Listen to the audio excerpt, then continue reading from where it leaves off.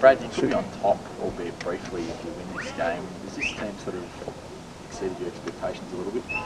Oh, we didn't have any expectations. I mean, I say only half facetiously that we don't know how we're going to go because we can't necessarily compare ourselves against 17 other teams. You know, that it's not until you actually start playing that you have some idea. And expectations at the start of the season are just guesses and best guesses, sometimes educated guesses. But we don't worry about that. We just focus on improving ourselves, and there's still a long way to go in this season. So regardless of where things sit at the end of this round, we know the biggest challenges are ahead of us.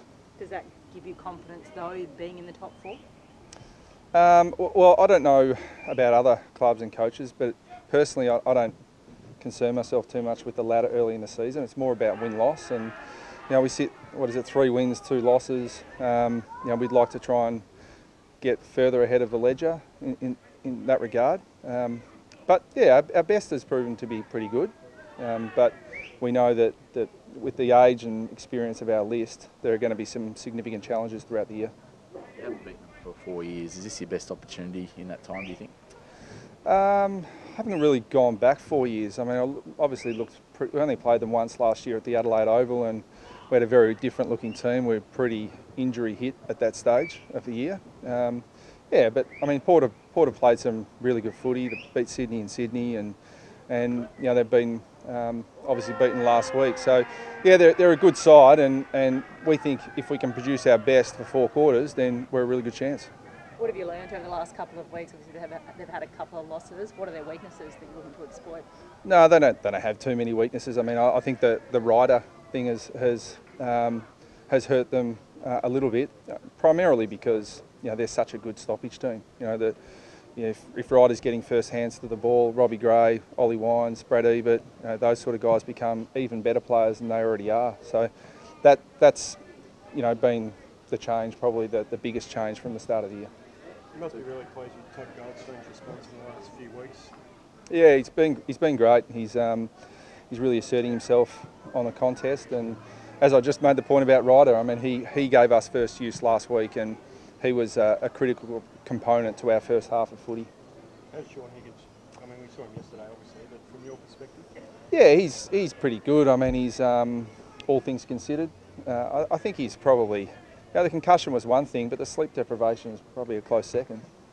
So he's rectifying that at the moment. You're a bit disappointed that Burton wasn't suspended for that? No, it's not our concern. I mentioned during the week that we don't feel aggrieved. It doesn't make Sean feel any better if Ryan Burton was suspended, and it doesn't help North Melbourne if he's suspended either. I mean, I think the main thing for us is Sean's welfare and making sure he's okay. So there's a no-brainer decision to leave him out this week, and hopefully he makes a quick recovery and is ready for next week. Were you surprised by the decision?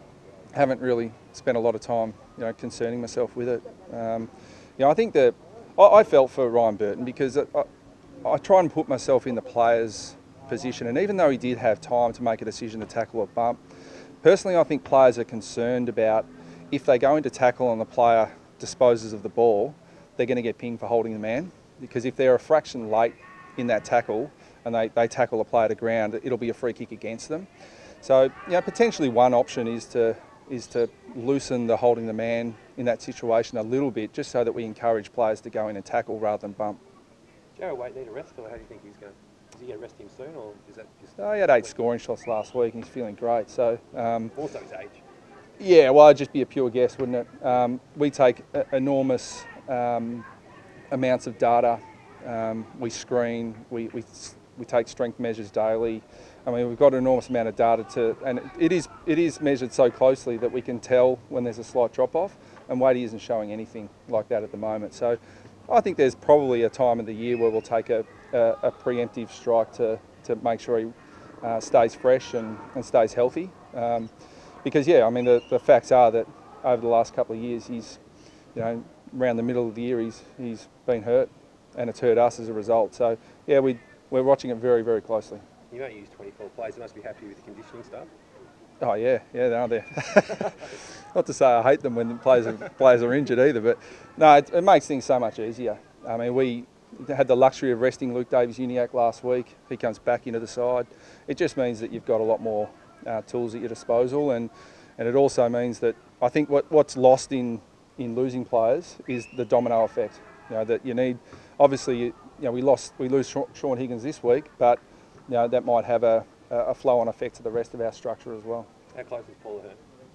Yeah, he's in our emergency, so he's close. And again, we've just got to make sure that there are two guys in that category, Sam Wright, Paul Ahern, who haven't really played senior footy for 2 years, but they're playing good footy in the VFL, and I think they're pretty close, but just not quite ready this week, but it won't be far away. Brad, the AFL Commission is meeting today to decide on the Twilight Grand Final. What's your thoughts on that fixture?